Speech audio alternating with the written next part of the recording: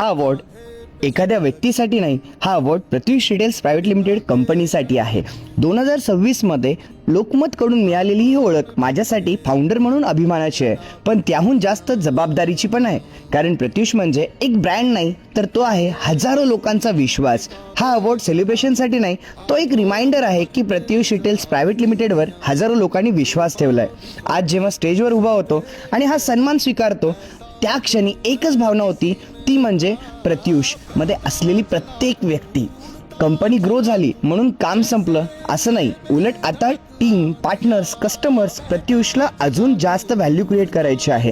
Recognisation हा end नाही, तो नेक्स्ट लेवलचा स्टार्ट आहे. कारण झिरोपासून सुरू केलेला प्रत्युषचा प्रवास फक्त 2 वर्षात इथेपर्यंत पोहोचलाय.